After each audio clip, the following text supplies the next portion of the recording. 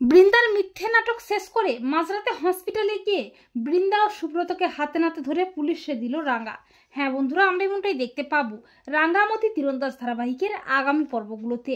গুন্ডাদের আচ্ছা করে শায়েস্তা করে তাদের কবল থেকে পালিয়ে তীর ছুঁড়ে গুন্ডাদের কাবু করে নবারুণের 5 লক্ষ টাকা উদ্ধার করে রাঙ্গা। এরপর অফিসার সত্যজিৎ ও তার পুলিশ টিম গুন্ডাদের টানতে টানতে থানায় নিয়ে যায়। এরপর রাঙ্গা বাড়ি ফিরে আসে আর অফিসার সত্যজিৎ বলে, বৃন্দাবসকে আমরা উদ্ধার করেছি, কিন্তু উনি সামান্য একটু অসুস্থ হয়ে পড়েছেন, তাই ওনাকে হসপিটালে নিয়ে যাওয়া হয়েছে, তবে উনি এখন সুস্থ আছেন। রাঙ্গার মনে সন্দেহ হয়।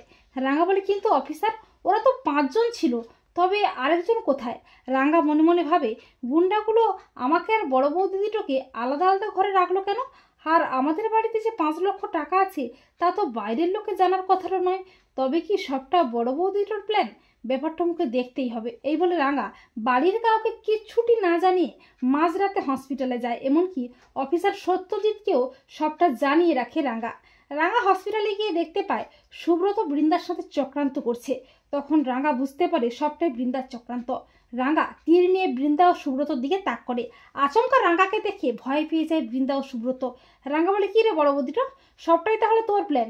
আমার আগেই সন্দেহ হয়েছিল, তোর এত লোভ, তোর খেলা শেষ। এরপর রাঙ্গার প্ল্যান মতো অফিসার সত্যজিৎ হাজির হয়।